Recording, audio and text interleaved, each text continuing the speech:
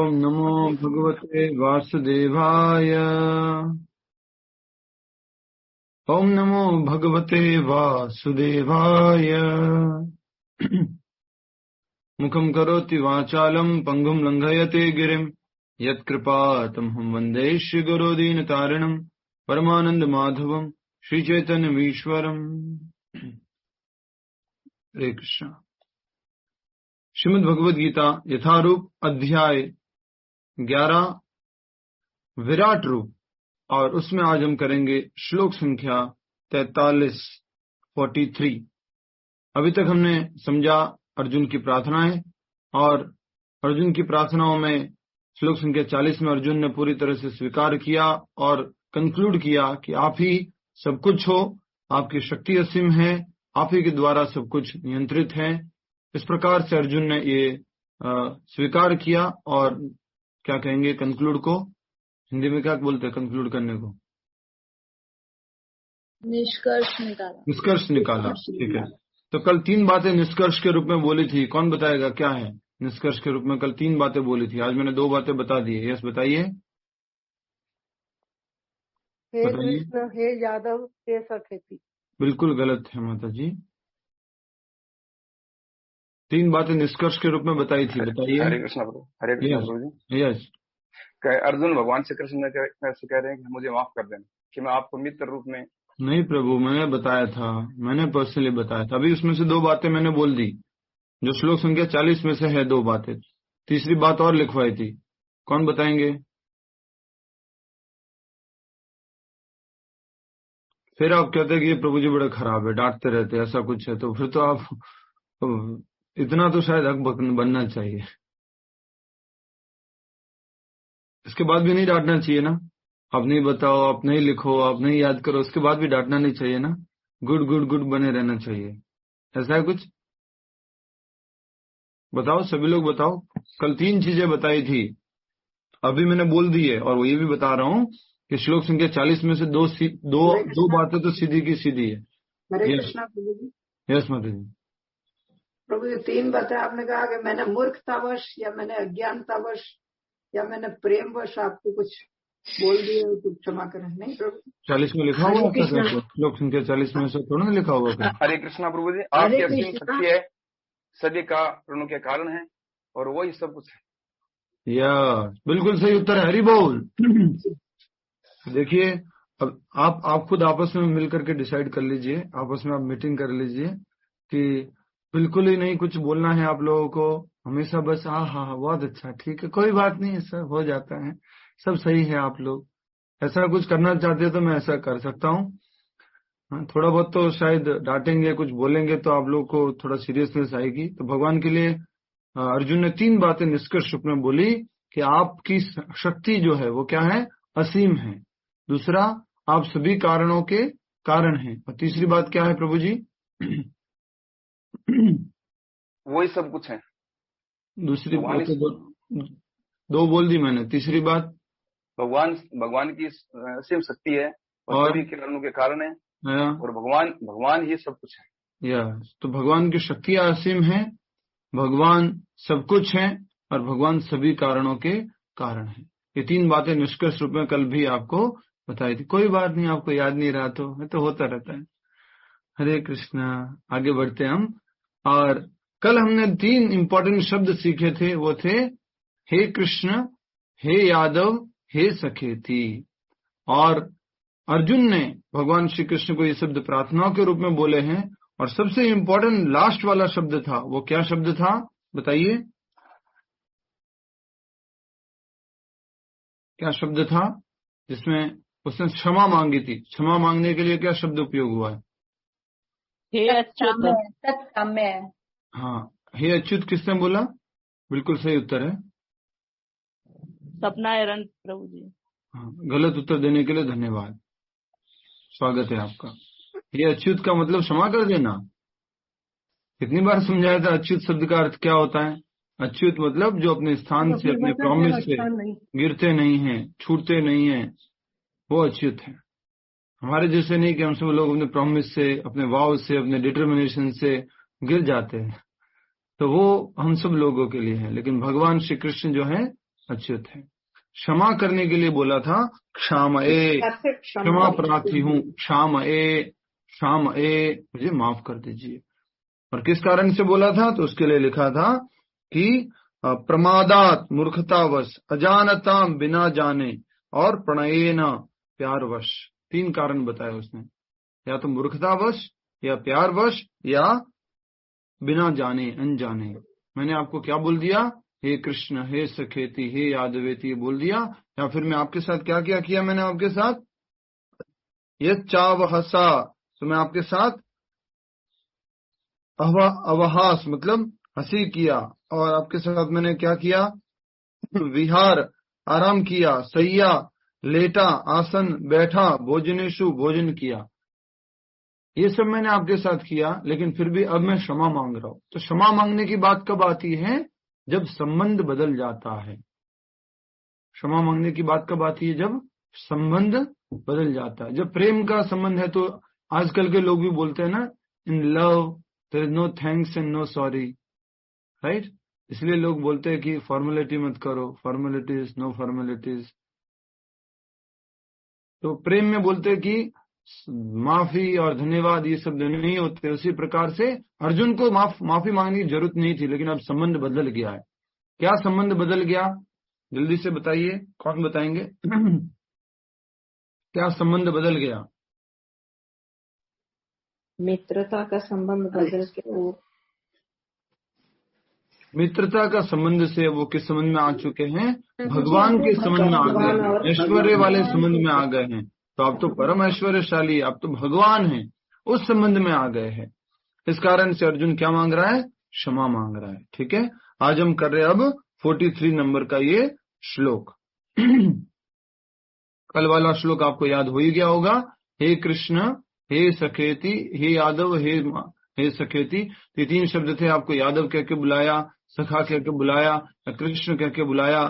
तो मैंने आपके साथ सोया, खाना खाया, मैं आपके साथ बैठा, उसके लिए मुझे माफ कर दीजिए। अब जो है भगवान श्री कृष्ण से अर्जुन एक और प्रार्थना कर रहे हैं। श्लोक संख्या 43 है, और मैं रिक्वेस्ट करता हूं आप में से कोई प्रभु जी हो तो ओम प्रकाश अग्रवाल जी कोशिश कीजिए दोहराने की, सीखिए, दोहराइए मेरे पीछे, माइक अनम्यूट कीजिए और दोहराइए। पितासि लोकस्य चराचरस्य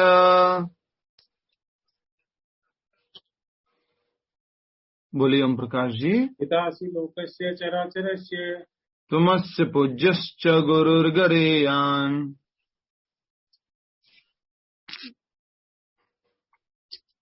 तस्मै श्री गुरुर्यान्। आपको आवाज बहुत लेट सुनाई दे रही है, ऐसा कुछ है? आपको आवाज आ रही है ओम प्रकाश जी?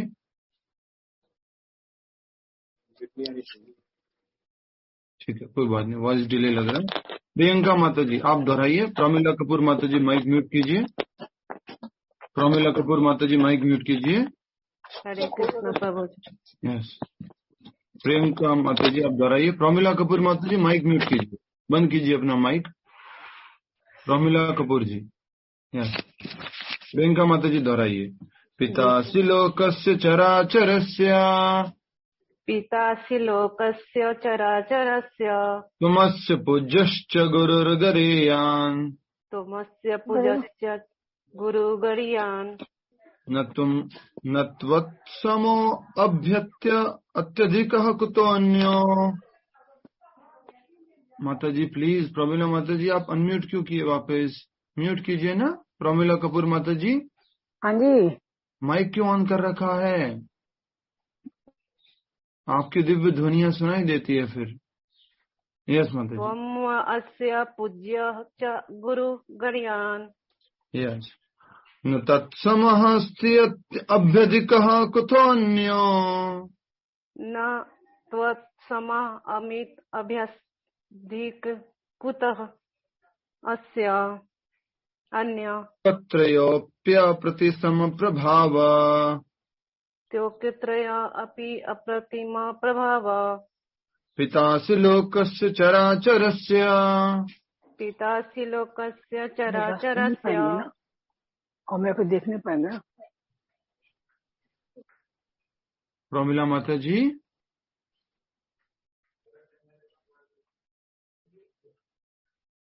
पितासि लोकस्य चराचरस्य पितासि लोकस्य चराचरस्य त्वमस्य पूज्यश्च गुरुर्गरीयान् त्वमस्य पूज्यस्य गुरुर्गरीयान् न तत्त्वसमःस्ति अभ्यधिकः कुतोऽन्यो न तत्त्वसमोऽसत्यभधिकः कुतन्यो लोकत्रयाप्यप्रतिमा प्रभावा।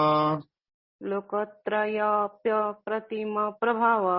शब्दार्थ दोहराइए। पिता पिता पिता पिता असि हो, असि हो, लोकस्य पूरे जगत के, लोकस्य पूरे जगत के, चर सचल, चर सचल, अचरस्य तथा अचलों के, अचरस्य तथा अचलों के, त्वम आप हैं, अस्य इसके, अस्य इसके, पूज्यः पूज्य, पूज्यः च भी, गुरुः गुरु, गुरु, गरीयान यशस्वी महिमामय, गरीयान यशस्वी न कभी नहीं, न कभी नहीं, त्वत्समः आपके तुल्य, तत्समः आपके तुल्य, अस्ति हैं, अभ्यधिकः बढ़कर, अत्यधिकः बढ़कर, कुतः किस तरह संभव है, कुतः किस तरह संभव है, अन्यः दूसरा, अन्यः दूसरा, लोकत्रय तीनों लोकों में, लोकत्रय तीनों लोकों में, अपि भी अप्रतिम प्रभाव हे अचिंत्य शक्ति वाले, अप्रतिम प्रभाव हे अचिंत्य शक्ति वाले।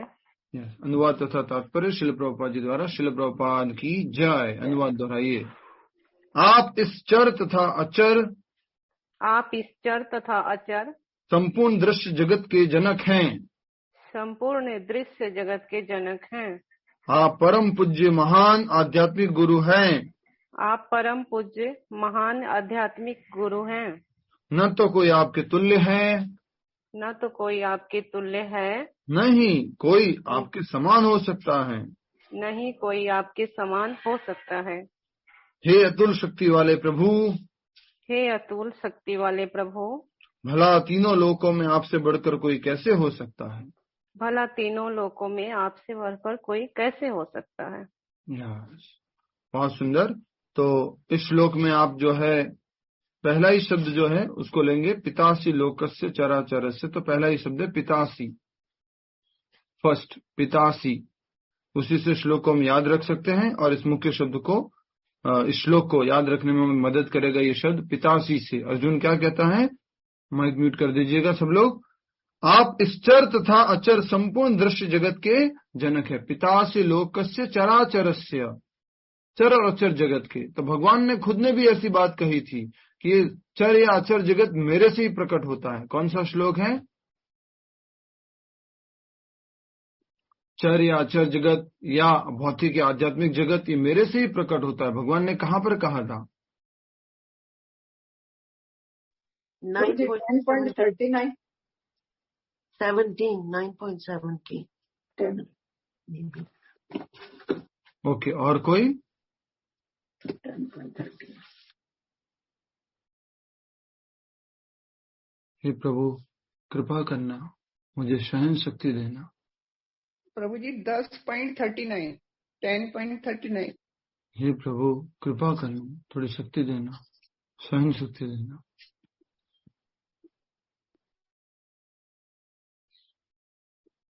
भगवान ने कहा, कहां पर कहा था कि मेरे से ही भौतिक जगत और आध्यात्मिक जगत आता है,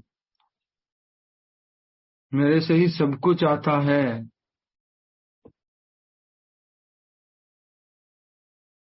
एक भक्त ने बता दिया है मैसेज में, बाकी और 9.10 में भी है बताया। हे प्रभु सहन करने की शक्ति देना। 9.10 है प्रभु। हे भगवान शक्ति देना। 7.7 कहां पर भगवान ने ये कहा कि सब कुछ मेरे से आता है? 7.7 में बोला प्रभु तो नहीं बोला माता जी, बोला होता तो मैं ऐसा नहीं कहता ना, भगवान मुझे इन माता जी के उत्तर को सुनने की शक्ति देना। प्रभु 9.10 में तो साफ साफ लिखा हुआ है। जी तो मैं कुछ और पूछ रहा था जो और साफ लिखा हुआ है।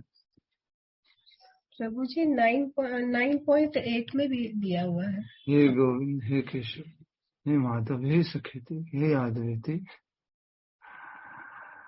कल भी मैंने यही प्रश्न पूछा था और कल भी मैंने बोला था कि आपसे पूछूंगा, फिर भी आप ऐसे कर रहे हैं। कोई बात नहीं, सब कुछ सहन करना चाहिए। 10वें अध्याय का 8वां श्लोक, चतुश्लोकी भगवद गीता का पहला श्लोक। चतुश्लोकी भगवद गीता के पहले श्लोक में भगवान क्या कहते हैं?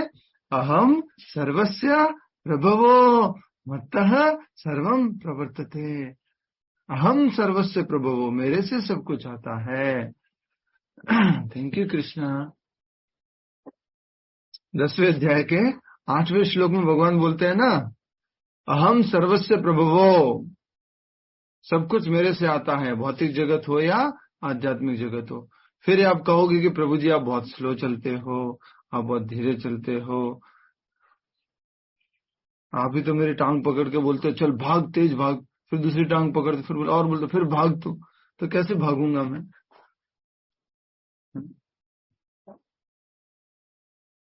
थोड़ा पानी पी लो, ठीक रहेगा शायद।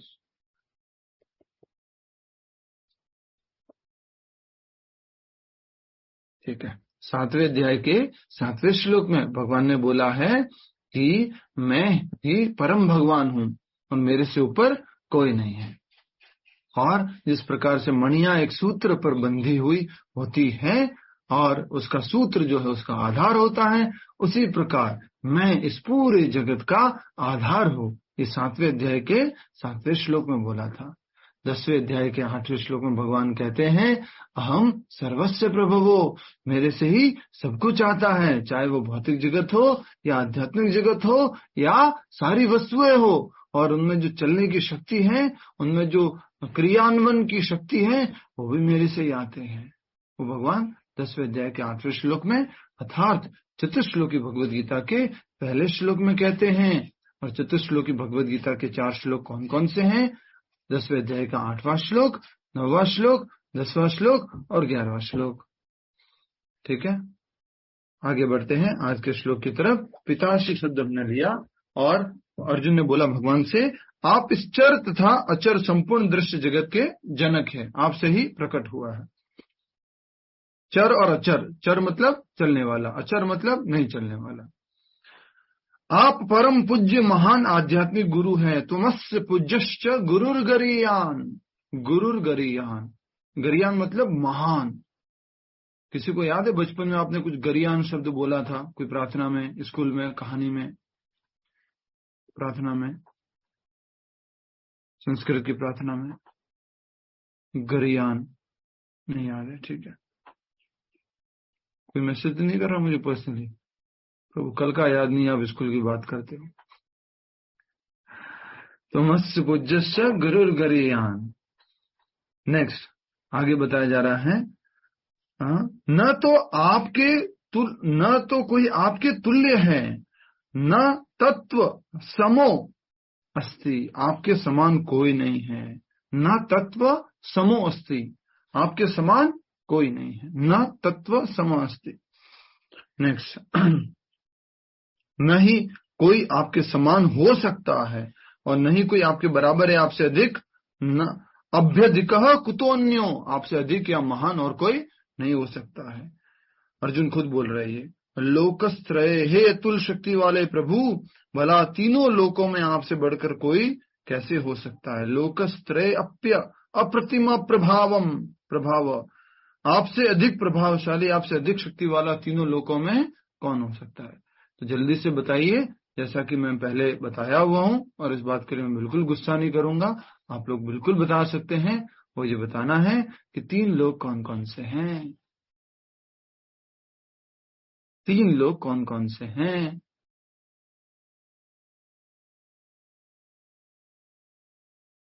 तीन लोग कौन कौन से हैं? यहाँ लिखा हुआ 3 लोकों के मालिक। आप भी कभी कभी प्रार्थना बोलता हूँ, हे प्रभु, हे 3 लोकों के मालिक। कल भी मैंने भजन में भी बोला था, त्रिलोकीरो नाथ अठे तू बणियो गवाड़ो रे। यस, तो क्या है 3 लोकों का मालिक? हरे कृष्ण प्रभु जी। यस, हरे कृष्ण प्रभु। भू भुव स्व। वाह, बहुत सुंदर, हरि बोल। और कोई? धरती आकाश पाताल प्रभु जी। धरती आकाश, आकाश में क्या है? स्वर्ग लोक, स्वर्ग लोक और भूलोक और पाताल लोक। स्वर्ग लोक, भूलोक और पाताल लोक, ठीक है, बहुत अच्छा। और कोई? हरे कृष्ण प्रभु जी, देवलोक, भूलोक और पाताल लोक। भूलोक और पाताल लोक। और कोई? उच्च लोक, मध्य लोक और निम्न लोक। बिल्कुल सही उत्तर है, हरि बोल। तो पृथ्वी के ऊपर के सारे 6 प्लैनेटरी सिस्टम, प्लैनेट्स नहीं, प्लैनेटरी सिस्टम, जिसमें बहुत सारे ग्रह हैं, पृथ्वी के ऊपर के सारे और पृथ्वी के जितने भी लोक है पृथ्वी के चारों तरफ और पृथ्वी के नीचे वाले, तो सब कुछ आ जाता है इसमें। भू भुव स्वर महर जन सत्य लोक तप लोक तक। और नीचे क्या हो गया? अतल वितल सुतल तलातल महातल रसातल पाताल। ये सारे के सारे जो 14 प्लैनेटरी सिस्टम है, 6 ऊपर के, एक बीच का प्लैनेटरी सिस्टम और 7 नीचे के, तो टोटल कितने हो गए? 3, अगर ऐसे डिवाइड करें तो, और टोटल 14 प्लैनेटरी सिस्टम। ठीक है, पृथ्वी के ऊपर के सारे लोक, पृथ्वी लोक और पृथ्वी के नीचे के लोक। नेक्स्ट हम आगे बढ़ रहे हैं। इसलिए बोला है, हे अतुल शक्ति वाले प्रभु, भला तीनों लोकों में आपसे बढ़कर कोई कैसे हो सकता है। तो ब्रह्मांड की जो हम फोटो देखे थे, ब्रह्मांड की, यूनिवर्स की, उसमें हमने देखा था बीच वाले पृथ्वी लोक और उसके आसपास के लोग, और ऊपर के सारे लोग और नीचे के सारे लोग, 3 लोग। तो अर्जुन ने यहाँ पर कह दिया है कि आपसे बढ़कर कोई कैसे हो सकता है। सब जो अर्जुन ने कंक्लूड कर दिया। पिछले श्लोक में ये भी बोला था, श्लोक संख्या 40 में, आपकी शक्ति असीम है, आप जो है सर्वव्यापी है, आप जो है सब कुछ है। और भी अर्जुन ऐसे ही बोल रहे हैं कि आप तो महान हैं, महान आध्यात्मिक गुरु है, आप पूरे चर अचर जगत के, दृश्य जगत के आप जनक है, और आपके समान कोई शक्ति वाला नहीं है, और आपसे बढ़कर कोई कैसे हो सकता है। प्रश्न के रूप में अर्जुन ने ऐसे प्रस्तुत किया है कि आपसे बढ़कर कैसे हो सकता है। ये क्या चल रही है अभी, जो ये श्लोक चल रही है, सब क्या चल रही है? क्या चल रही है बताइए? अर्जुन की प्रार्थना चाहिए, अर्जुन की प्रार्थनाएं चल रही है। आप इतना मतलब शांत स्वभाव के हैं, मौन रखते हैं, बहुत अच्छा लगता है मुझे कि मतलब आप घर में भी कभी बोलते भी नहीं होंगे, उसी प्रकार क्लास में भी नहीं बोलते हैं। ठीक है, चुप रहना, मौन बहुत बड़ा है। देखिए, यहाँ पर कोई हानि नहीं होगी अगर आपसे गलत भी उत्तर निकल जाएगा तो डरिए मत, या ऐसा गलत उत्तर देने से कुछ दुखी मत होइएगा। तो हमने पूछा था आपसे, क्या प्रश्न पूछा था लक्ष्मी माता जी? क्या प्रश्न पूछा था? अभी कौन सा चल रही है? क्या अर्जुन की प्रार्थनाएं चल रही है? क्या श्लोक चल रहे हैं? तो अर्जुन की प्रार्थनाएं चल रही है, अर्जुन प्रार्थना कर रहे हैं भगवान श्री कृष्ण से। अब देखिए आगे क्या कहा गया है। तात्पर्य थोड़ा बड़ा है, तो आप सभी लोग अगर ध्यान देकर श्रवण करेंगे, अच्छे से श्रवण करेंगे, पूरा लाभ ले पाएंगे, नहीं तो पूरा लाभ नहीं मिल पाएगा। तो इसलिए मैं चाहता हूं कि आप सब लोग पूरे ध्यान से इस सुने, जो ये हम पढ़ने जा रहे हैं, इन बातों को पूरा ध्यान से सुने।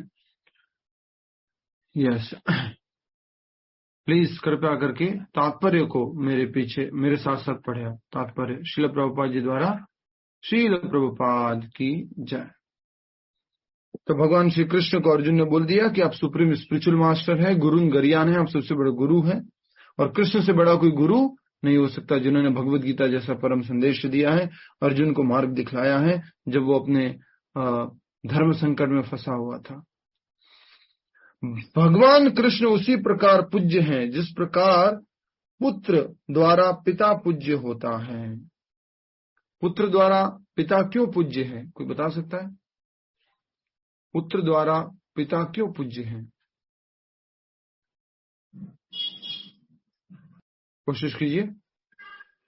प्रभु जी, उन्होंने उनको जन्म दिया है ना, पिता का सम्मान करते हैं बच्चे, पाल पोष कर बड़ा। सबसे इम्पोर्टेंट है, देखिए माता का कर्तव्य होता है, माता का जो मुख्य काम होता है ना, वैसे अगर बताया जाए तो वो जन्म देना, शरीर देना। जिस प्रकार पाल पोष कर बड़े करते हैं। और पिता का कार्य होता है नहीं उसको, प्रभु, जिस प्रकार बोलिए, उसको मार्ग दिखाना। जिस प्रकार पुत्र पिता का अंश होता है, उसी प्रकार हम भगवान कृष्ण के अंश है। थैंक यू, बहुत अच्छा उत्तर दिया आपने। तो अंश होने से क्या करना है? पूजना क्यों है? पूजने की क्या जरूरत है? संस्कार देता है। बिल्कुल सही बताया। तो सबसे पहले माँ जो है वो शरीर प्रदान करती है, और पिता है वो क्या देते हैं? पालन पोषण देते हैं। पालन पोषण संस्कार ये जो देते हैं। माँ भी पहली गुरु है, पिता भी पहले गुरु है, लेकिन पिता का कर्तव्य किधर की तरफ आ जाता है? पालन की तरफ आ जाता है। ठीक है, लेकिन आजकल क्या हो रहा है? उल्टा हो रहा है। आजकल माता को ही सारा कार्य करना पड़ता है, सारा का सारा सब कुछ संभालना, बच्चों की सारी जिम्मेदारी माता की हो जाती है। पिता तो बस कुछ पूछते भी नहीं है। नेक्स्ट हम बात कर रहे थे कि पिता जो है वो पूज्य होता है पुत्र के द्वारा, उसी प्रकार भगवान श्री कृष्ण भी हम सब लोगों के द्वारा पूज्य हैं, क्योंकि हम उनकी संतान हैं। साथ ही साथ भगवान श्री कृष्ण द्वारा हमें पाला जा रहा है। जो कुछ हमें ये जो हवा मिल रही है, या अग्नि मिल रही है, या भोजन मिल रहा है, और सबको देने वाले कौन है? भगवान श्री कृष्ण है। दूसरा, वे गुरु हैं, क्योंकि सर्वप्रथम उन्हीं ने ब्रह्मा को वेदों का उपदेश दिया, और इस समय वे अर्जुन को भी भगवद गीता का उपदेश दे रहे हैं। तो भगवान श्री कृष्ण क्या है? परम गुरु। भगवान श्री कृष्ण ने ही सबसे पहले इस परम अमर योग विद्या का ज्ञान किसको दिया था? ब्रह्मा जी को दिया था। ब्रह्मा जी ने अपने पुत्र नारद को दिया था, नारद ने अपने पुत्र वेद व्यास जी को दिया था। राइट, आगे बढ़ते हैं। नहीं, वेद व्यास तो अभी भगवान कृष्ण ने अर्जुन को बता रहे थे, तब सुनते हैं। और कोई, मैंने कोई शब्द बोला उसमें करेक्शन चाहिए मुझे, मैंने कोई लाइन बोली। आपको बोला था नारद जी ने वेद व्यास को दिया है करके, तो वो नहीं दिया है ना? वो तो दिया है, बिल्कुल दिया है। भगवान कृष्ण ने, प्रभु जी ब्रह्मा जी ने उनके पुत्रों को दिया था ना। करेक्ट। नेक्स्ट मैंने शब्द बोले उसमें करेक्शन चाहिए। ब्रह्मा जी ने नारद जी को बताया, नारद जी ने व्यास जी को दिया। व्यास जी का पुत्र नहीं है वेद व्यास जी, नारद जी का पुत्र बोला है आपने। बस ठीक। तो बिल्कुल सही उत्तर है। मैंने बोला था कि ब्रह्मा जी ने अपने पुत्र नारद जी को दिया, और नारद जी ने अपने पुत्र वेद व्यास जी को दिया। ऐसा बिल्कुल भी नहीं है। नारद जी के पुत्र वेद व्यास जी नहीं है। नारद जी तो क्या है? गुरु है वेद व्यास जी के, हमेशा याद रखिएगा। तो ये कौन सी परंपरा है? गुरु शिष्य परंपरा है, ये पिता पुत्र परंपरा नहीं है। आज के बाद हमेशा याद रखिएंगे। कई बार ना प्रभुपाद जी के बारे में लोग हमारे से पूछते हैं, प्रभु जी, प्रभुपाद जी के तो बेटे थे ना, तो प्रभुपाद जी ने अपना सारा का सारा जो पदवी है, जो ओहदा है, जो सारा का सारा अपना कह सकते हैं इस्कॉन की जितनी भी सारी प्रॉपर्टी या जो कुछ भी होगा वो अपने बच्चों के नाम कर लिया होगा? नहीं। ये कौन सी परंपरा है?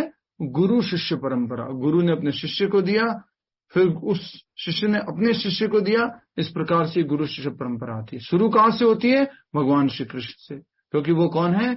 आदि गुरु है। और आदि गुरु ने सर्वप्रथम ज्ञान किसको दिया था? ब्रह्मा जी को। क्योंकि सर्वप्रथम उन्हीं ने ब्रह्मा को वेदों का उपदेश दिया। ब्रह्मा जी को उन्होंने जो है तप करके बोला, तपस्या करो, तो ब्रह्मा जी ने तपस्या की, भगवान ने उनके हृदय में दिव्य ज्ञान दिया था। और इस समय वे अर्जुन को भी भगवद गीता का उपदेश दे रहे हैं, अतः वे आदि गुरु हैं। अर्जुन को भी भगवान डायरेक्टली ज्ञान दे रहे हैं। तो अर्जुन कोई ऑर्डिनरी पर्सन नहीं है। जो क्रिएशन के बिगिनिंग में जो भगवान श्री कृष्ण ने ब्रह्मा जी को ज्ञान दिया था, उसी तरह भगवान श्री कृष्ण ये ज्ञान अर्जुन को दे रहे हैं। अतः वे आदि गुरु हैं। और इस समय किसी भी प्रमाणिक गुरु को कृष्ण से प्रारंभ होने वाली परंपरा का वंशज होना चाहिए।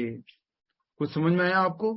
अगर कोई अभी प्रमाणिक गुरु है, कोई कहता है कि मैं प्रमाणिक गुरु हूं, तो वो उसी कृष्ण से आने वाली परंपरा का ही एक भाग होना चाहिए। समझ में आया आपको? अब क्लियर है? ये परंपरा कहां दी गई है हमारी किताब में? बताइए, ये परंपरा कहां दी गई है? ये फर्स्ट चैप्टर से पहले अध्याय शुरू होने से लास्ट पेज में, इंट्रोडक्शन के लास्ट पेज में, पहला अध्याय शुरू होने से जस्ट अगले पहले वाले पेज पे वहां दी गई है ये परंपरा। तो जो भी गुरु को अगर आप स्वीकार करते हैं, वो गुरु सीधे सीधे उनके गुरु से प्रमाणित होने चाहिए, वो उनके गुरु से प्रमाणित होने चाहिए, वो उनके गुरु से प्रमाणित होने चाहिए।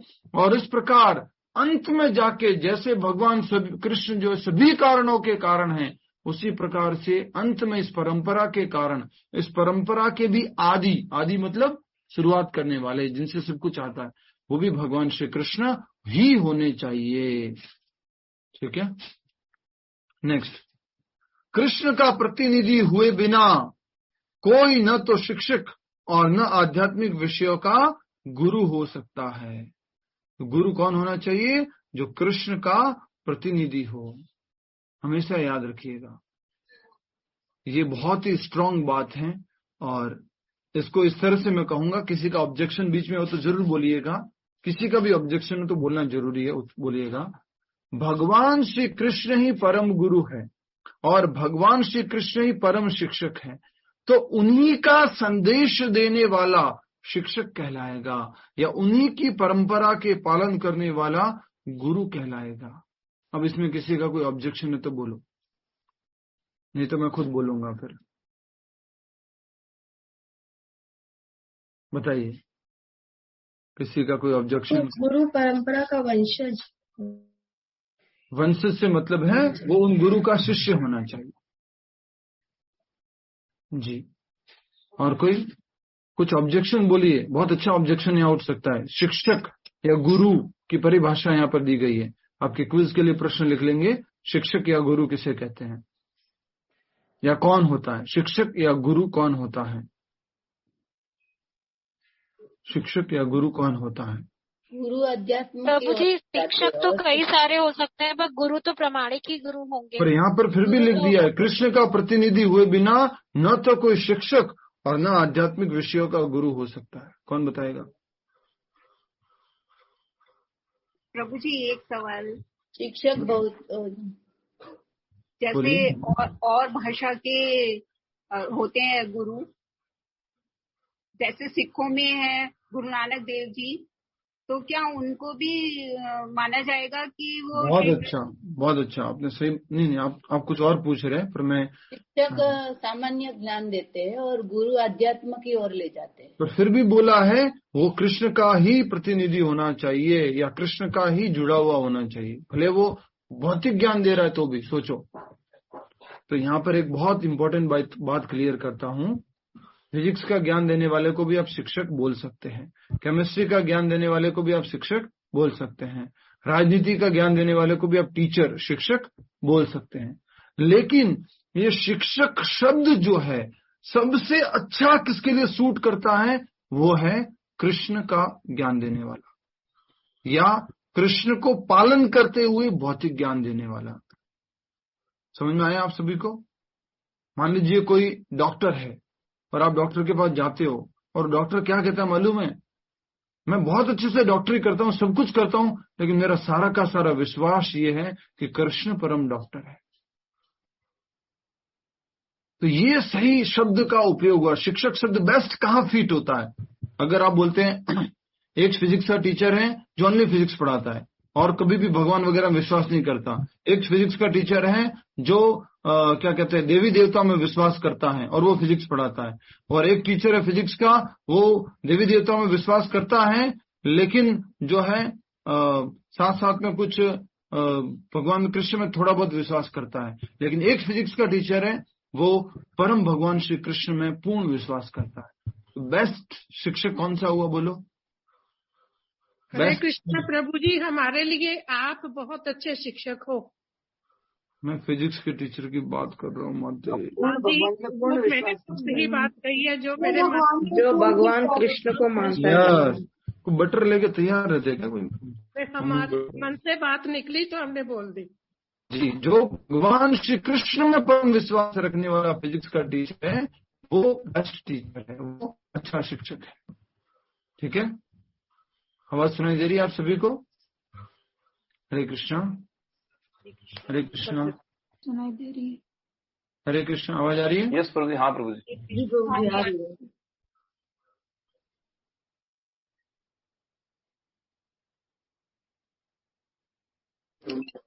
हरे कृष्ण।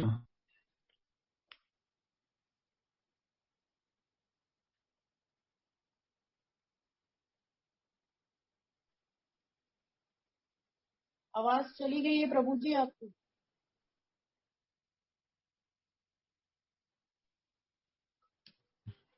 आवाज नहीं आ रही, आप म्यूट पे चले गए।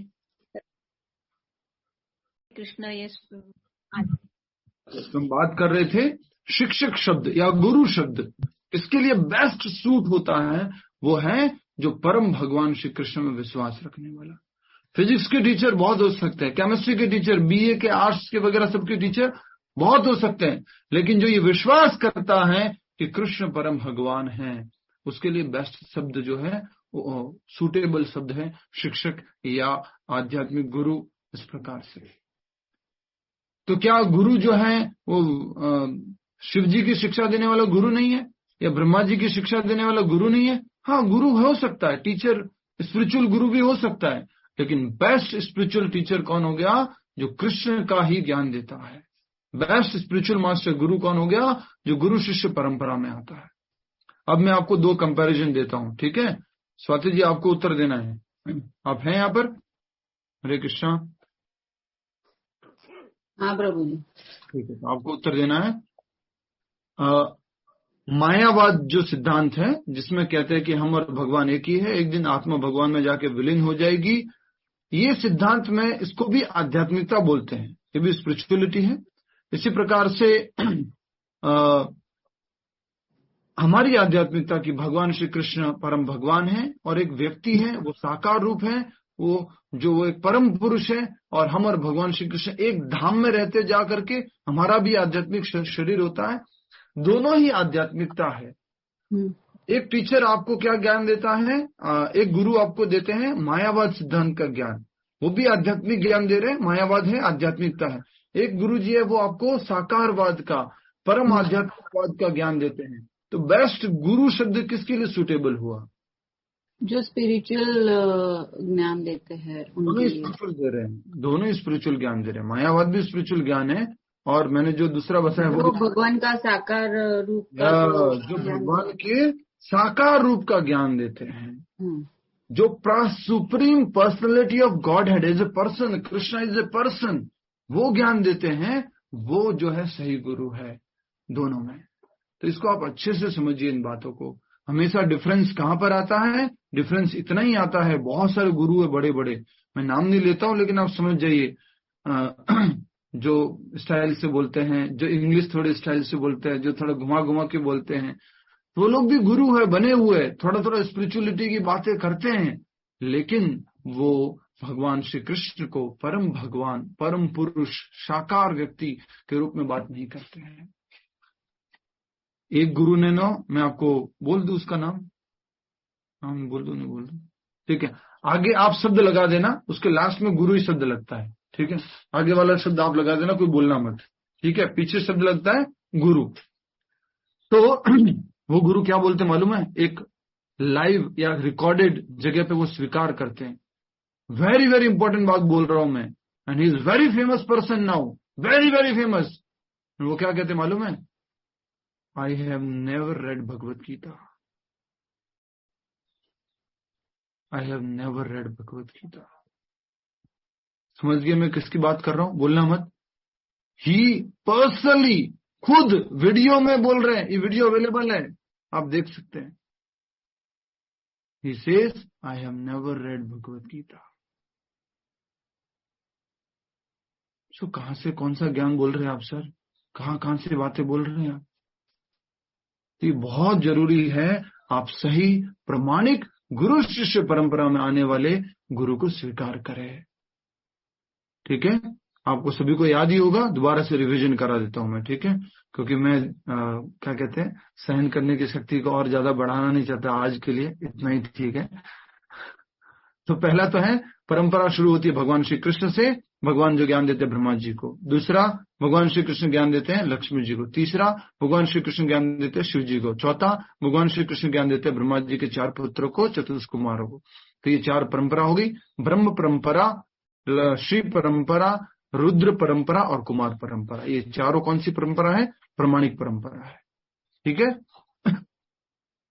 आगे बढ़ते हैं। अपने पास पूरा श्लोक का तात्पर्य बड़ा सा, इसको कर लेते हैं। भगवान को सभी प्रकार से नमस्कार किया जा रहा है, उनकी महानता अपरिमेय है। कोई भी भगवान कृष्ण से बढ़कर नहीं, क्योंकि इस लोक में या वैकुंठ में कृष्ण के समान या उनसे बड़ा कोई नहीं। भगवान श्री कृष्ण के बराबर कोई महान नहीं है, उनकी शक्ति अपरिमेय है, उनकी महानता अपरिमेय है, उनसे बढ़कर कोई नहीं है। इस लोक में या वैकुंठ लोक में भी कृष्ण से बड़ा कोई नहीं है। सोचो कहाँ से बोलती है? वैकुंठ लोक में। वैकुंठ लोक में बहुत सारे लोग रहते हैं, भगवान के बहुत दूसरे दूसरे अवतार हैं, उनमें भी परम भगवान कौन है? वो श्री कृष्ण है।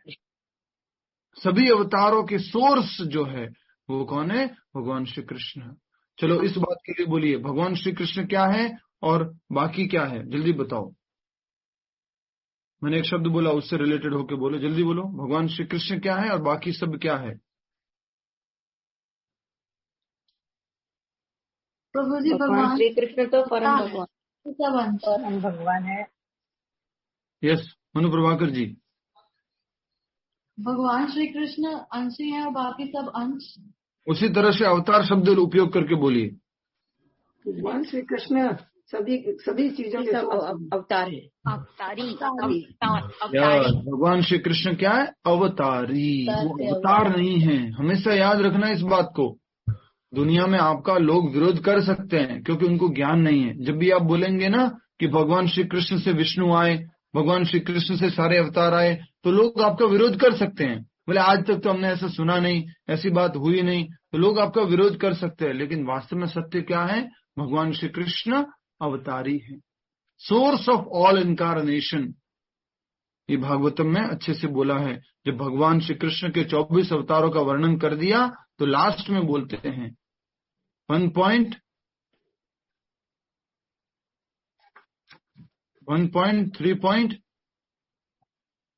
बोलो, भागवतम का श्लोक कौन सा है? एते चांस कलह पुंसा कृष्णस्तु भगवान स्वयं। कृष्ण ही परम भगवान है। सभी अवतारों का वर्णन करने के बाद बोल रहे हैं। ठीक है, आगे बढ़ते हैं इसी बात को लेते हुए। बाकी सब लोगों से निवेदन है, माइक बंद कर दे अपना। माइक चालू है 3 लोगों का, अपने से ही बंद कर लो। रीमा माता जी आप मत करना, जिनको मालूम है वो खुद बंद कर लेंगे। ठीक है, तो कहा जा रहा है कोई भी भगवान श्री कृष्ण से बढ़कर नहीं, क्योंकि इस लोक में या वैकुंठ लोक में कृष्ण के समान या उनसे बड़ा कोई नहीं है। कोई नहीं है भगवान श्री कृष्ण के बराबर। ये खुद अर्जुन भी बोले हैं और भगवान श्री कृष्ण भी बोले हैं। नेक्स्ट, सभी लोग उनसे उनको पार नहीं कर सकता। मतलब एक फोन आ गया था बीच में से। हमारा क्या है, आश्रम शिफ्ट हो रहा है तो वाईफाई वगैरह सब चला गया, पहले चला गया, तो मोबाइल डेटा से काम हो रहा है। बीच में कॉल आ गया था तो नेटवर्क चला गया जी। तो बात हो रही थी कि भगवान श्री कृष्ण से कोई बढ़कर नहीं है और भगवान श्री कृष्ण ही सभी से बढ़कर हैं। उनको कोई पार नहीं कर सकता, अर्थात उनसे परे कोई नहीं हो सकता। लास्ट में श्वेताश्वतर उपनिषद में 6ठे अध्याय के 8वें श्लोक में कहा गया है। अर्जुन ने ये सब अभी क्यों बोला? कौन बता सकता है आप में से? अर्जुन ये सब क्यों बोलने लग गया? जल्दी बताओ, बहुत सरल उत्तर है। विराट रूप देखने को बहुत। आप मत बोला करो ना, थोड़ा चांस दिया करो दूसरे लोगों को। विराट रूप दर्शन करने के बाद उसके मन में ऐसे विचार आए। पहले थोड़ी ना बोला था अर्जुन ने कृष्ण से, अरे कृष्ण माफ कर दे यार, तेरे को ज्यादा बोल दिया या सखा बोल दिया, थोड़ा माफ कर दो। ऐसा कुछ नहीं बोला। या उसने ऐसा नहीं बोला कि मैं आपको आगे से प्रणाम करता हूँ कृष्ण, पीछे कोई दोस्त को बोल सकता है क्या ऐसे? बोलो, कोई दोस्त को जाके बोले दोस्त मैं तुझे आगे से प्रणाम करता हूँ, पीछे से प्रणाम करता हूँ, सभी दिशाओं से प्रणाम करता हूँ, 12 बार प्रणाम करता हूँ, 1000 बार प्रणाम करता हूँ। ये किसके लिए है? जब संबंध बदल गया, संबंध परिवर्तन हो गया, तो ये है। तो संबंध परिवर्तन क्या हो गया? एक दोस्त से परम भगवान का दर्शन कर पा रहे। ठीक है। श्वेताश्वतर उपनिषद में कहा गया है क्या? न तस्य कार्यम करणम च विद्यते न तत्समा अभ्यधिकश्च दृश्यते। भगवान कृष्ण के भी सामान्य व्यक्ति की तरह इंद्रिया तथा शरीर हैं, किंतु उनके लिए अपनी इंद्रियों, अपने शरीर, अपने मन तथा स्वयं में कोई अंतर नहीं रहता। इस बात को अच्छे से समझ लीजिएगा। आपके क्विज में प्रश्न आएगा, भगवान श्री कृष्ण और सामान्य जीव में क्या समानता और क्या भिन्नता है? भगवान श्री कृष्ण और सामान्य जीव में क्या समानता और क्या भिन्नता है? भगवान श्री कृष्ण और सामान्य जीव में क्या समानता और क्या भिन्नता है? क्या समानता और क्या भिन्नता है? कौन बता सकता है? बताइए। भगवान श्री कृष्ण में और एक सामान्य व्यक्ति में क्या समानता है और क्या भिन्नता है? बोलो। मुझे हम भी भगवान श्री कृष्ण और सामान्य जीव गुणों में एक से हैं, लेकिन मात्रा में समान है। समान होने भी उनके सभी तो गुणात्मक तत्वता से कम है हम लोग, और उन्हीं के ही अंश है। सच्चिदानंद स्वरूप हमारी आत्मा भी है उन्हीं। अभी जो लिखा हुआ उसमें से बताओ ना, इतना बड़ी बड़ी बातें क्यों करने लग जाते हो? अभी सामने लिखा हुआ आपके, उसमें से बताओ, इतनी बड़ी बड़ी बातें करते हो, बताओ। हरे कृष्णा। सामान्य आदमी भौतिक है, सामान्य आदमी भौतिक है, भगवान आध्यात्मिक है। सामान्य आदमी भौतिक है, भगवान आध्यात्मिक है। वाह, बहुत बढ़िया उत्तर बिल्कुल सही है। लेकिन अभी आपके आगे लिखा हुआ है उसमें से बताइए, समय नहीं है अपने पास, जल्दी। हाँ माता जी बताओ। ममता पटेल माता जी, सामने लिखा हुआ उसमें से भगवान की महानता अपरिमेय है, कोई भी भगवान श्री कृष्ण से बढ़कर नहीं है, क्योंकि इस लोक में या वैकुंठ लोक में कृष्ण के समान या उनसे बड़ा कोई नहीं है। सभी लोग उनमें उनसे निम्न है, कोई उनको पार नहीं कर सकता है। इसीलिए अरे जो किताब में लिखा हुआ, आपके लिखा हुआ, आपके सामने लिखा हुआ है, भगवान श्री कृष्ण का शरीर और इंद्रियों में कोई अंतर नहीं है। और हम लोग भगवान श्री कृष्ण हमारे जैसे ही दिखते हैं, हमारे जैसे उनके 2 हाथ हैं, 2 आंखें हैं, 2 पैर है, ऐसे इसी प्रकार से सेम मेरे जैसे ही दिखते हैं। मेरे जैसे नहीं, मतलब हमारे जैसे ही दिखते हैं। ऐसे ही मनुष्य का जैसे रूप होता है वैसे ही दिखते हैं। लेकिन क्या भिन्नता है? भिन्नता ये है कि उनके शरीर में, उनकी आत्मा में, उनके कार्यों में, उनके दोस्त इंद्रियों में किसी भी प्रकार की भिन्नता नहीं। म्यूट कर लीजिए प्लीज। वेदांत माता जी म्यूट कर लीजिए। प्रभु जी भिन्नता नहीं है, इसका क्या मतलब हुआ? कि सब आध्यात्मिक है। हमारा जैसे हमारी आत्मा और हमारा शरीर एक ही है, अलग अलग है? अलग है। हमारी आत्मा और हमारा शरीर एक ही है, अलग अलग है? एक भी है और अलग भी है। एक कैसे है माता जी? अलग है। हमेशा हमारी आत्मा और हमारा ये शरीर अलग अलग है, हमेशा अलग अलग है। इस शरीर में से आत्मा चली जाती है तो शरीर कुछ काम का नहीं रहता है। लेकिन भगवान में से, भगवान कृष्ण में ऐसा नहीं होता कि शरीर अलग हो गया, आत्मा अलग हो गई, ऐसा अलग अलग हो गया, ऐसा अलग अलग नहीं होता है। ठीक है, ये बार बार हम समझ चुके हैं और बार बार समझने से ही याद होता है और समझ में आता है। तो ठीक है, मैं दोबारा बता रहा हूँ, अच्छे से बता रहा हूँ। भगवान श्री कृष्ण के शरीर और आत्मा में कोई भेद नहीं है, वो अलग अलग नहीं है। जैसे हमारा अलग अलग है, हमारी आत्मा और हमारा शरीर अलग हो जाता है जब हम शरीर परिवर्तन करते हैं, जब मृत्यु आती है, मृत्यु हो जाती है, तब ऐसा भगवान श्री कृष्ण और उनके शरीर में कुछ अलग अलग नहीं है। जब हम भी आध्यात्मिक जगत चले जाएंगे, स्पिरिचुअल वर्ल्ड चले जाएंगे, तो हमारे पास भी ऐसा ही एक शरीर होगा जो सच्चिदानंद होगा, आध्यात्मिक होगा। ठीक है, तो यहाँ लिखा हुआ है साफ साफ देखिए, फिर भगवान कृष्ण के भी सामान्य व्यक्ति की तरह इंद्रियां तथा शरीर हैं, किंतु उनके लिए अपनी इंद्रियों, अपने मन, अपने शरीर तथा स्वयं में कोई अंतर नहीं रहता। जो लोग मूर्ख है वे कहते हैं कृष्ण अपने आत्मा, मन, हृदय तथा अन्य प्रत्येक वस्तु से भिन्न है। मूर्ख लोग ऐसा बोलते हैं कि भगवान का शरीर और भगवान की आत्मा अलग अलग है। ऐसे कौन बोलता है? मूर्ख लोग बोलते हैं। जो अज्ञानी है वो लोग बोलते हैं भगवान श्री कृष्ण और भगवान का शरीर, भगवान की इंद्रिया, भगवान सब कुछ बराबर है। नेक्स्ट, कृष्ण तो परम है, अतः उनके कार्य और शक्तियां भी सर्वश्रेष्ठ हैं। जैसा कि कहाँ बताया गया था, भगवान कृष्ण ने बोला था मेरे कार्य और मेरा जन्म, मेरा कर्म, मेरी शक्तियां सब कुछ सर्वश्रेष्ठ है। कहाँ बोला था भगवान ने? यस, भावना गुप्ता माता जी बिल्कुल सही उत्तर दिया। 4.9 में क्या बोला था?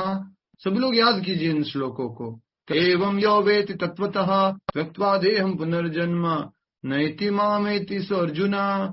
हे अर्जुन, जो मेरे जन्म और कर्म को, जो कि दिव्य है, उसको तत्वतः रूप में समझता है, उसका पुनर्जन्म नहीं होता है। मामेति स अर्जुना, मेरे पास आता है, मुझे प्राप्त करता है। ठीक है, नेक्स्ट। कृष्ण की श्रेष्ठ है। यह भी कहा जाता है कि यद्यपि हमारे समान उनकी इंद्रियां नहीं हैं, तो भी वे सारे इंद्रिय कार्य करते हैं। अतः उनकी इंद्रियां न तो सीमित हैं, न ही अपूर्ण हैं, न कोई उनसे बढ़कर है, न उनके तुल्य कोई है। सभी लोग उनसे घटकर है। कृष्ण परम भगवान है, उनकी बराबरी कोई नहीं कर सकता है। भगवान कृष्ण परम भगवान है, उनसे बढ़कर कोई नहीं है। इसलिए यहाँ पर फिर से कहा गया है कृष्ण तो परम है, अतः उनके कार्य तथा शक्तियां भी सर्वश्रेष्ठ हैं। यह भी कहा जाता है कि यद्यपि हमारे समान उनकी इंद्रियां नहीं हैं, तो भी वे सारे इंद्रिय कार्य करते हैं। सारे इंद्रियों के कार्य, देखना, सुनना, ये सब वो खुद करते हैं भगवान श्री कृष्ण। अतः उनकी इंद्रियां न तो सीमित है। हमारी इंद्रिया क्या है? बोलो, सीमित है। हमारी इंद्रिया कैसे सीमित है? पूनम शर्मा जी बताएंगे, आगरा से हमारे बीच में उपस्थित है। आइए मंच पर आकर के बोलिए। हरे कृष्ण प्रभु जी। नहीं, हमारी इंद्रिया असीमित है प्रभु जी। हमारी इंद्रिया असीमित है, असीमित है। बिल्कुल सही उत्तर दिया है आपने, बहुत बहुत धन्यवाद। और आज से आपको क्लास में एंट्री बंद करते हैं इस बात के लिए। क्यों प्रभु जी, ऐसा क्या होगा? हमारी इंद्रिया असीमित कैसे है? थोड़ा एक्सप्लेनेशन दे दीजिए अपना। क्योंकि प्रभु जी हमारी इंद्रियां कभी तृप्त नहीं होती। अगर हमें कोई एक चीज वस्तु की प्राप्ति हो जाती है तो फिर हमारा मन कुछ और करता है कि हम ये भी। मन या इंद्रिया? मतलब प्रभु जी इंद्रियां ही तो हो गई ना, वो भी। अच्छा, क्या इनका उत्तर सही है? बाकी लोग, मैं तो शायद इनको लगेगा कि प्रभु जी मुझे झुठला रहे हैं। बाकी लोग क्या बोलते हैं? हरे कृष्ण। नहीं, हमारी इंद्रियां सीमित है। हमारी इंद्रियां सीमित है। जब यहाँ पर लिखा हुआ है, यहाँ पर लिखा हुआ भगवत गीता नहीं पढ़ी आपके पास? भगवत गीता नहीं रखी हुई आप? हमें एक हुआ तो भी ऐसा बोल रहे हैं। क्या हम खाने के, आपको मैं 10 रसगुल्ला दे दूं, खा लोगे? तो फिर क्यों कह रहे हमारी इंद्रिया असीमित है? आपको बोलूं मैं, आपके पीछे क्या दिख रहा है देख सकते हो? आपकी लाइट बंद कर दो तो आपको क्या अपना हाथ भी दिखेगा? जो सांप आवाज सुन सकता है वो आप सुन सकते हो। तो फिर कैसे कह रहे हो कि आपकी इंद्रिया असीमित है? मतलब प्रभु जी ने हमेशा झूठा ऊपर नीचे बोल देते, तो मैं आज ऐसे बोल देती और मेरा उत्तर सही हो जाएगा। नहीं प्रभु जी, मेरे पास बुक्स नहीं है तो इसलिए मुझे लगा। तो कॉमन सेंस है माता जी, इंद्रिया सीमित है या असीमित है। ये तो बहुत बार हमने डिस्कस किया है कि हमारी इंद्रिया असीमित है। राइट, बोलो शर्मा माता जी। सीमित है प्रभु, सीमित है। हमारी इंद्रिया सीमित है, लिमिटेड है। 4 डिफेक्ट्स में भी तो पढ़ा है हमने बार बार। हमारे शरीर में 4 डिफेक्ट है, उसमें क्या एक डिफेक्ट है? लिमिटेड सेंसेस, अपूर्ण इंद्रिया। ये हमने बार बार पढ़ा है। हमारी इंद्रिया सीमित है। बिना चश्मा के बहुत सारी चीजें नहीं देख सकते। तुम्हारी इंद्रियां क्या है? सीमित है। नेक्स्ट आगे बढ़ते हैं। परम पुरुष का ज्ञान, शक्ति तथा कर्म सभी कुछ दिव्य हैं। भगवत गीता के 4 अध्याय के 9वें श्लोक में कहा गया है भगवान श्री कृष्ण का सब कुछ क्या है? दिव्य है। सब कुछ। भगवान श्री कृष्ण ने कुछ खाया, भगवान कृष्ण ने कुछ मारा, भगवान कृष्ण ने कुछ चोरी किया, भगवान कृष्ण कुछ भाग के चले गए, सब कुछ दिव्य है। इसलिए 4 अध्याय के 9वें श्लोक में कहा गया है। हमेशा याद रखिएगा श्वेताश्वतर उपनिषद का ये श्लोक, न तस्य कार्यम करणम च विद्यते। भगवान श्री कृष्ण की इंद्रिया और जो शरीर है वो हमारे जैसा है, सामान्य व्यक्ति जैसा है, लेकिन उनमें कोई अंतर नहीं है। न तत्सम क्षमा अभ्यधिकश्च दृश्यते, और उनसे परे कोई नहीं है।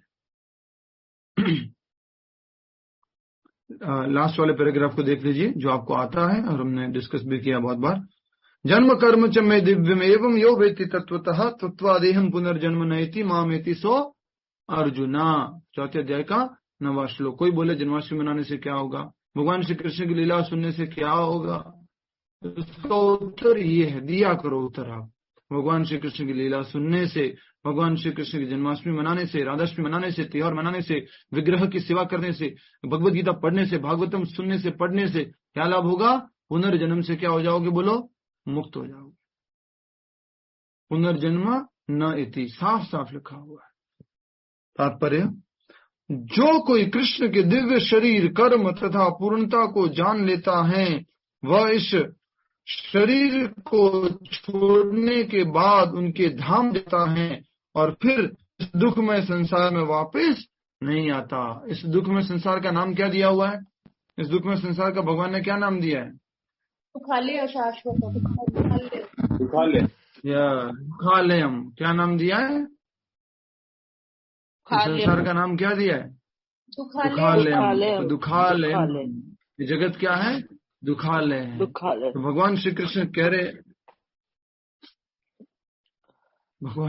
कह रहे हैं कि मेरे जन्म और कर्म को जानता है जो कि दिव्य है, उसका पुनर्जन्म नहीं होता है और वो इस दुख में संसार में नहीं आता। वो कहाँ चला जाता है? भगवान के धाम चला जाता है।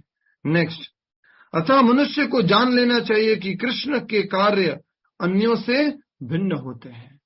हमारे कार्यों को जानेंगे तो हम कहाँ जाएंगे? या हम दूसरों के कार्य को जानेंगे, हमारे कार्यों को और कोई जानेगा तो कहाँ जाएगा? वो इसी मृत्यु लोक में ही रहेगा, मृत्यु लोक में भटकता रहेगा, बार बार जन्म मृत्यु के चक्कर में चलता रहेगा। राइट। नेक्स्ट,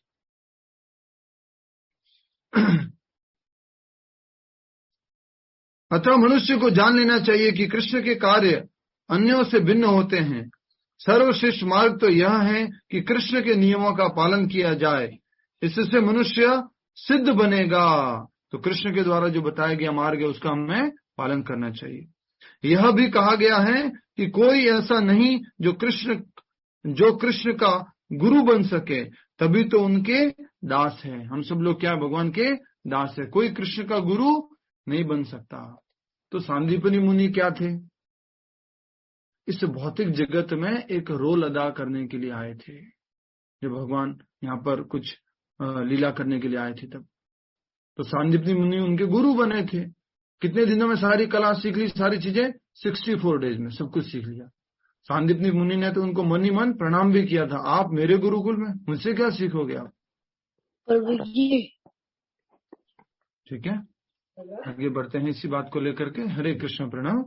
नेक्स्ट, सर्वश्रेष्ठ मार्ग तो यह है कि कृष्ण के नियमों का पालन किया जाए, इससे मनुष्य सिद्ध बनेगा। यह भी कहा गया है कि ऐसा कोई नहीं जो कृष्ण का गुरु बन सके, सभी तो उनके दास है। चैतन्य चरितामृत में कहा गया है, इसकी पुष्टि होती है, एकले ईश्वर कृष्ण आर शब्द भृत्य। केवल कृष्ण ईश्वर हैं, सभी उनके शेष, सभी उनके दास हैं। सभी लोग, ब्रह्मा जी, शिव जी, सभी लोग भगवान कृष्ण के ही दास हैं। परम ईश्वर कौन है? भगवान श्री कृष्ण। प्रत्येक व्यक्ति उनके आदेश का पालन करता है, कोई ऐसा नहीं जो उनके आदेश का उल्लंघन कर सके। प्रत्येक व्यक्ति उनके दक्षता में होने के कारण उनके निर्देश के अनुसार कार्य करता है, जैसा कि ब्रह्म संहिता में कहा गया है कि वे समस्त कारणों के कारण हैं। क्या श्लोक है ब्रह्म संहिता का कि वो समस्त कारणों के कारण है? प्रभु जी, ईश्वरा परमा कृष्ण सच्चिदानंद विग्रह अनादिरादिर गोविंद सर्व कारण कारण, सर्व कारण कारणम, वो सभी कारणों के कारण है। राइट। तो इस प्रकार से हमने देखा, समझा कि कहा गया है प्रत्येक व्यक्ति उनके आदेश का पालन करता है। और सब भृत्य, भृत्य मतलब सब सेवक है, सब दास है। ओनली एकमात्र भगवान है, वो कौन है? वो श्री कृष्ण परम भगवान। सभी कुछ छोटे मोटे कंट्रोलर हो सकते हैं, लेकिन परम कंट्रोलर, परम नियामक कौन है? भगवान श्री कृष्ण। क्लियर है आप सभी को? इस प्रकार से भगवान श्री कृष्ण की परम बात को अर्जुन ने हम सभी के सामने रखा, और अर्जुन ने प्रार्थना भी किया भगवान श्री कृष्ण से कि आप परम भगवान हैं और आप पिता श्री लोकस्य चराचरस्य, आप पिता है, अचर और अचर लोगों के सबके जन्म करने वाले, पिता मतलब जन्म देने वाला, तो आप वो हैं, और इस कारण से आप पूजनीय भी हैं, आप पालन करने वाले भी हैं। गुरुर गरियान, आप गुरु और महान गुरु हैं। उसी प्रकार से कि आपके समान कोई नहीं है, कुतो अन्य, और तीनों लोकों में आपके समान या आपके बराबरी कोई नहीं कर सकता है। न तो भगवान श्री कृष्ण के समान कोई हो सकता है, नहीं उनके बराबर हो सकता है। सब लोग इशारा कीजिए, न तो कोई भगवान श्री कृष्ण के समान हो सकता है, नहीं उनकी कोई, उनसे कोई महान हो सकता है, उनसे कोई परे हो सकता है।